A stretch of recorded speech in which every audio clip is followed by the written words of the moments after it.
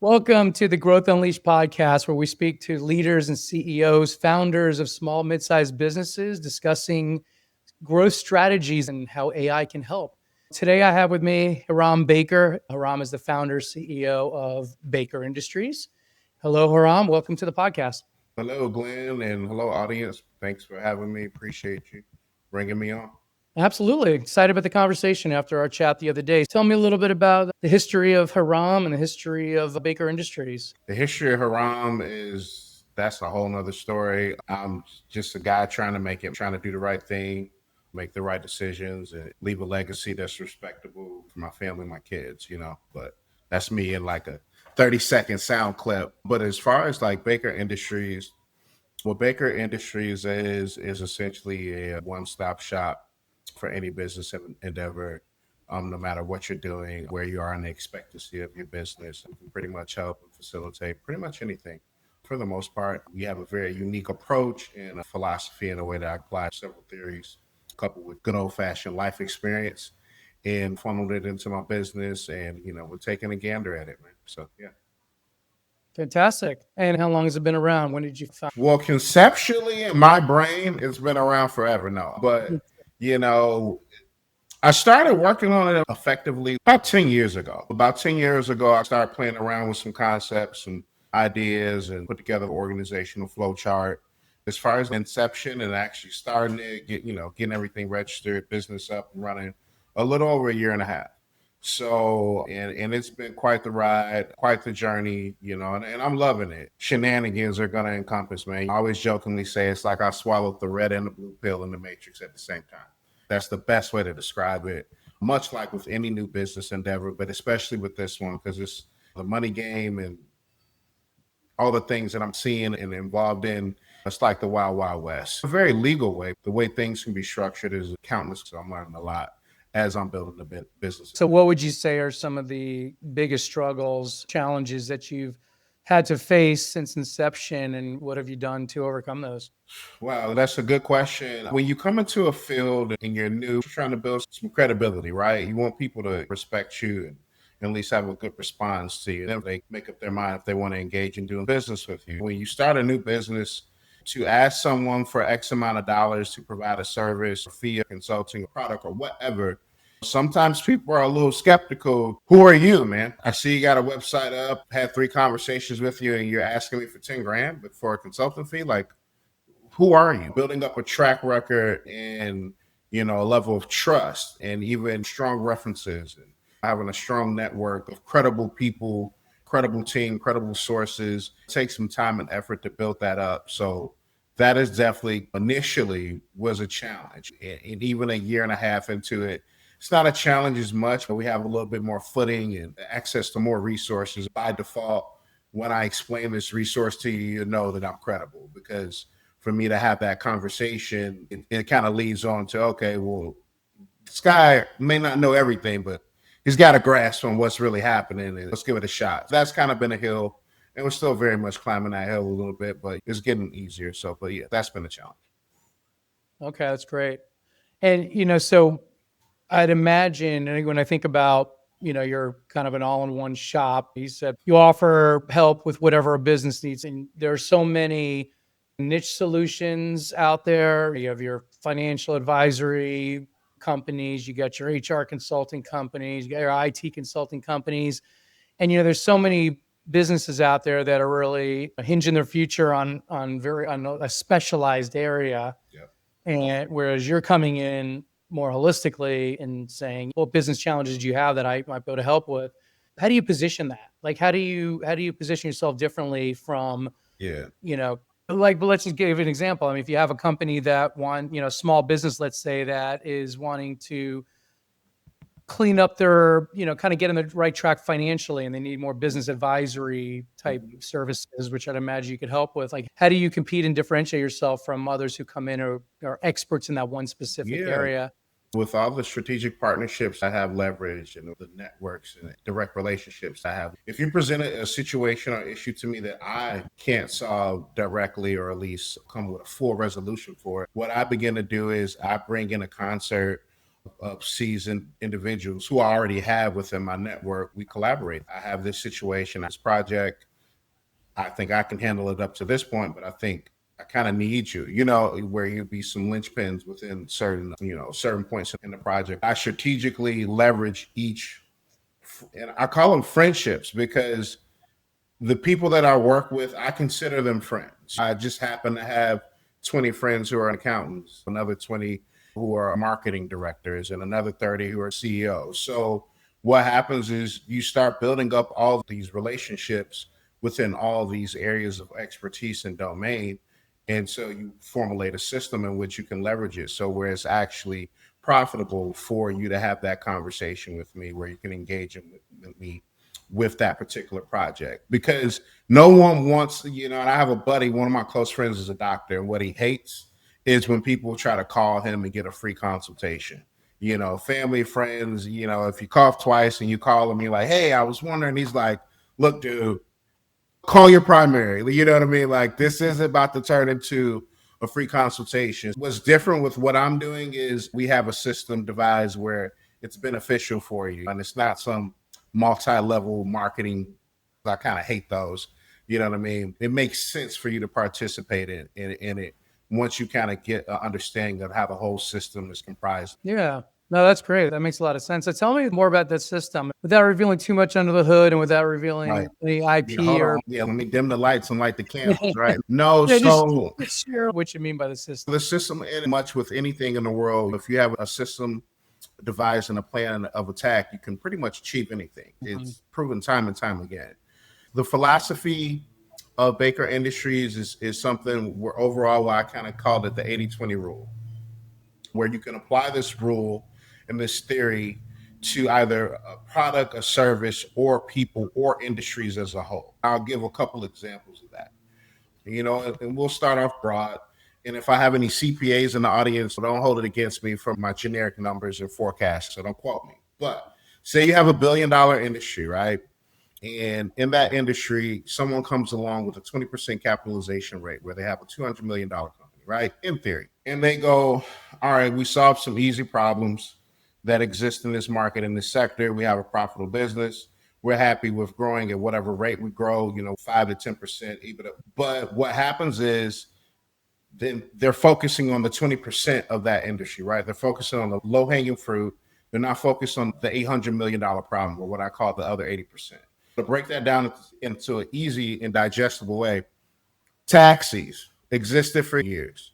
When you got a taxi before Lyft and Uber came along, you never knew what time it was going to get there, how much it was going to cost, what was the level of service you were going to get. Hell, you didn't even know if the driver was going to be wearing deodorant that day, right? These are all the things that existed.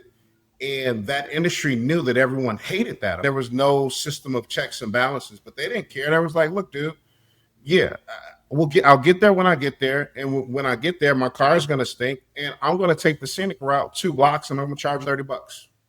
Deal with it. So they were satisfied with what they had in the industry until Lyft comes along, solves all these problems, comes up with an app.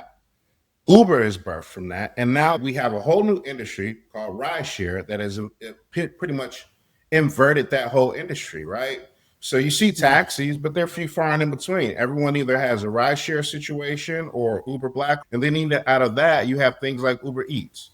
Uber does shipping. So when you focus on the 80%, like the main problems that plague an industry, you always by default end up inverting it, swallowing it, dwarfing it, and creating other industries, right? Some of these problems are very hard to tackle. It's not like no one has ever taken a stab at these things. In most industries, if you have 30 problems, if you solve two of them, you can invert an industry.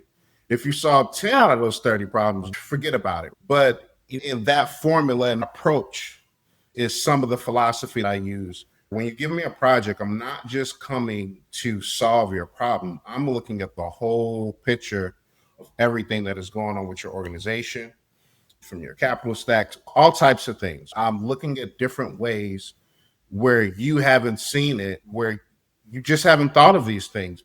What plagues most industries is, guess what? This is the way we always done it. No, we do it Mhm. this way. No, no, no, no, no. We Yeah. do it this way. Well, why do we do it that way?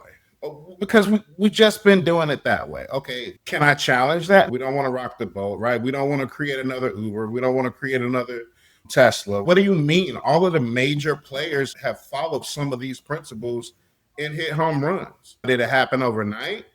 Maybe, maybe not. That's debatable. But if you apply some of these theories and principles, you're guaranteed to do some really huge and monumental things. And not even mentioning all the ways that you can cross reference and invert the system on itself. It's a lot, man. I could talk about that whole theory for an hour because it's a lot of other things. Yeah. I know we only got a certain amount of time. Well, yeah, no, and that's valuable and helpful. And in addition to companies that choose not to listen to that guidance and not jump on the new way to do things, you have the ones that stay static and uniform in how they proceed in the future without growth. But then you have the extreme scenarios that choose not to jump on the bandwagon and they're left behind Yep. and the You company goes become under. extinct. You know, Yeah, for sure. it's kind of the way I feel about AI. A funny thing about me, and I don't know if I shared this with you, but on my the actual screensaver to my actual computer is a T2000 Terminator 2 robot, the skeletal frame Nice. with the red eyes, Nice. right? So I have Terminator 2 is one of my favorite movies, but like what's happening now, like 30 years ago when that movie came out, I was like, oh my gosh, we are going to see some of these advancements. I have a love hate relationship with AI because I feel like at some point it will turn into Terminator 2. I don't want to be dragged by AI. If anything, I want to be in a position to harness it.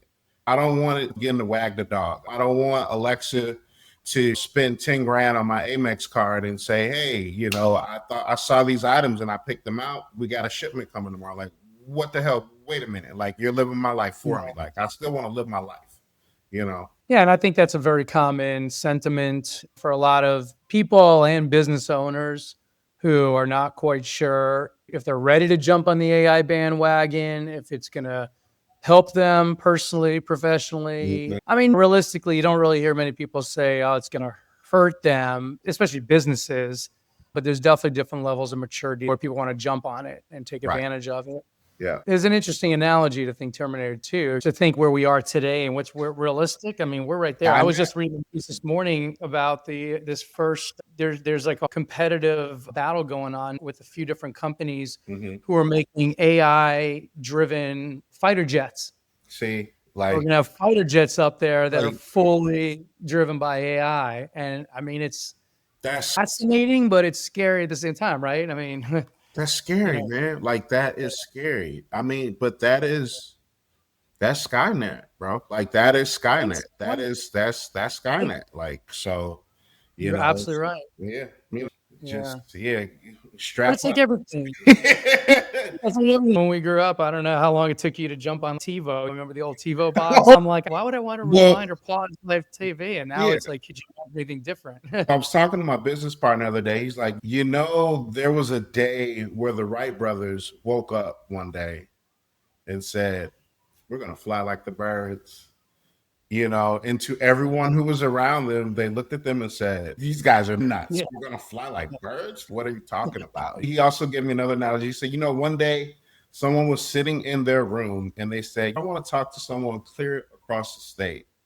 With them not being here, I'm going to figure out a way to do Yeah. that. You know what I mean? We live in a world where, we truly do have universal power to create things. And I feel like life becomes a much greater and fuller experience when you harness that more. Sometimes we lean into it and harness that, and then we create things like Yeah. AI. so And you can't see the future and you can't see what's really going to resonate and what's not. Sometimes you just got to trust the evolution and the transformation of what technology is doing. It's going in the direction that you got Mhm. to you got to jump on the bandwagon, You you know. got And it. You got I it. remember, I don't know if you've ever heard that quote from Henry Ford. He said, if I had listened to all of the people when he was Yeah, imagining a car, he would have made a faster horse. exactly. It's like, you want to take a risk and do something transformational, technologically innovative, but people are like, whoa, whoa, whoa, you're going to have a thing you sit in and moves and drives Yeah. automatically and all that stuff. Yeah, Yeah. they're like, check them Right. into the mental hospital, Exactly. And I give this one analogy to Noah, if you're familiar with the flood story, right? So in the Bible, when Noah first got the vision from God that it was going to flood, it was, according to records, 100 years before it happened. So what did that look like in real time? What that looked like in real time was Noah getting up that next morning, telling his wife and his sons, you know, it's going to flood. And instead of tending to the flock and the livestock, I'm about to start chopping down wood and building the ark.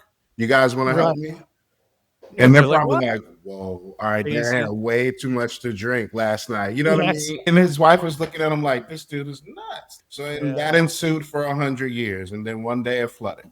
That is the Hmm. same experience that business owners, CEOs, owners, founders, trailblazers, anyone who is like stepping into uncharted territory with a strong premonition, a strong vision, a faith-based decision where there's no physical proof of this, but we're going to step into this, we're going to lean into it, and hey man, this is my cause, this is my purpose. If I die doing this is what I believe in. You know what I mean? Sure. That's what being a business owner is, and uncovering new technologies too. So, what does that look like for you, for your business, and for your clients, knowing that there's this massive disruptive change going on right now with AI? How are you adapting to it to run your business and help your clients? Well, to run my business, I still love just good old fashioned human interaction. I'm going to hold on to that for as long as I can until everything is fully automated. But I don't want to be the one person using a rotary phone when cell phones come out, right? I do want to adapt, but I feel like it'll be a gradual progression.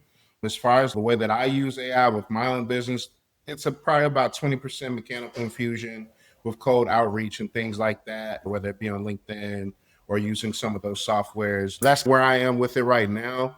As my entity begins to grow more and more, there'll be a lot more AI being kind of infiltrated into some of the daily mundane tasks. When I meet someone and have a meeting, I want to be at the helm of that because I want to know who I'm doing business with. I want to read their body language. I want to know who I'm dealing with, not reading some transcript from an AI generated me that conducted the meeting. I want to be able to read that. You know what I mean?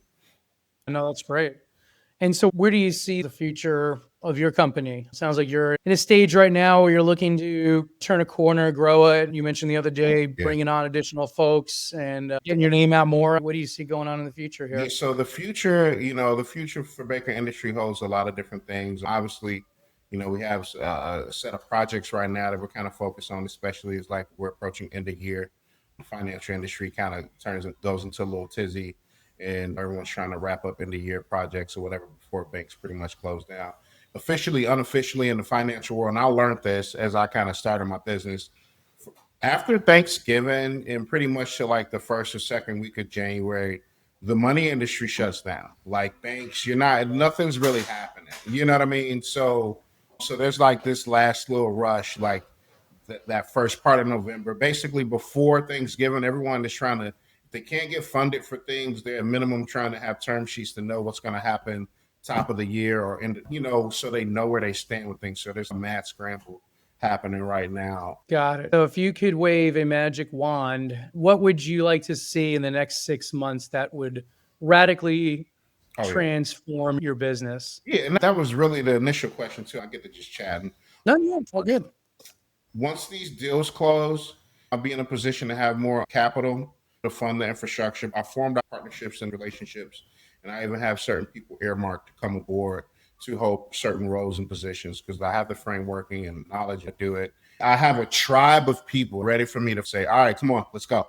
We've already discussed what their role is, how I want them to go about things, where they fit into the organization, what I see their value, what I want to bring to them, how I want to empower them in a lot of different ways. So it's probably literally no exaggeration to cast of about 50 people who are ready to roll the moment I give the signal. I have an agreement with a larger organization to be my staffing agency.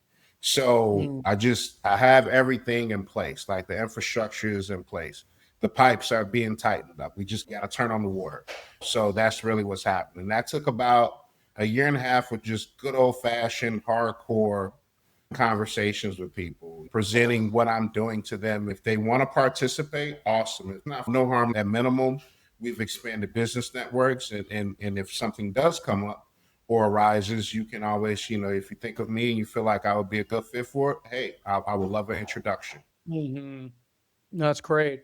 Yeah, and when you say turn on the water, I assume you mean as far as customer acquisition, right? Well, That's it's great. kind So of it's like we've closed a deal or two here or there, but when I say turn the water on, I mean like we're onboarding all these people. We're signing roles, tasks, job Mhm. titles, things like that. I'm a firm believer in, and granted, I could bring some of these people on now and they could work on a fully commissioned basis, but I don't believe in that. I hate that. I absolutely hate Mhm. that. That's one thing I hate about sales and most companies. A new company will come along and get seed A or seed B money, and they'll fund the IT department, they'll fund the C suite, they'll fund the HR department, but then the sales department, they'll put all the negative energy on them for them to perform and put their boot on their neck and say, I'm not giving you anything. Whatever you kill, you eat, you bring it back. And then when you bring it back, I'm going to take the bulk majority of the commission. So I don't want to ask people, I don't want to do that because I don't believe in that because I hate it when I was in sales and people ask me to do that because I go, so let me get this straight. Every company, no matter whether it's R&D, tech, or whatever, has a product or service to sell. And the person who's putting it in front of the person to sell it, to buy it, basically the heart of the company, you don't want to take care of them. You want to put all this negative energy on them. You know what I mean? Like, I'm pretty Mhm. sure you'll have a better team if they knew their bills were paid versus because you can use positive reinforcement or negative reinforcement. And a lot of people feel like negative reinforcement gets better results. But I disagree. It might in a short term, but over the long term, if you're truly trying to build something that's going to be here for a very long time and have a great foundation and not high turnover and poor culture at work where the employees don't truly believe in the vision and they're just showing up there for a paycheck. No, man, you Cool. got to switch that model. Got to build a culture. Got to build the right culture. It's crucial. Yeah. Yeah, for sure. So, yeah. Yeah, no, that's great. And yeah, it sounds like you have a tremendous team Oh, man. fired up and ready to They're go. phenomenal. There's some people who are with me who we just clicked, and some of these people are on the Forbes list. So I kind of have to pinch myself. Like, you want to come work with me, dude? I want to come work with you. Yeah. It's humbling, man. It's just a great experience. It's interesting. What about on the customer acquisition side? What's going on there as far as Going, building the pipe, building? always building a pipe, always reaching out to people, always networking, always looking for opportunities, always welcoming more deals, and just anything that is out of the box, send it my way. Mhm. I love a challenge, man. Send it over. Yeah, If Elon Musk called me and say, Hiram, I need some help solving some problems, all right, man, lay it on me. Let's get wild with it. I'd be hard to turn that one down. Yeah. Well, Haram, it's been a pleasure. Appreciate having you. For anyone listening, if anyone wants to get in touch with you and learn more about how Baker Industries could potentially help them in their business, how can they do so? The best way and the quickest way to get a hold of me is on LinkedIn. Just search me on LinkedIn, Hiram Baker of Baker Industries. I'm in the Chicagoland area. Send me an inbox and I'll get back to you as quick as I can. And, we kind of go from there and see what you got. Perfect. Thanks so much for being on. Appreciate the conversation.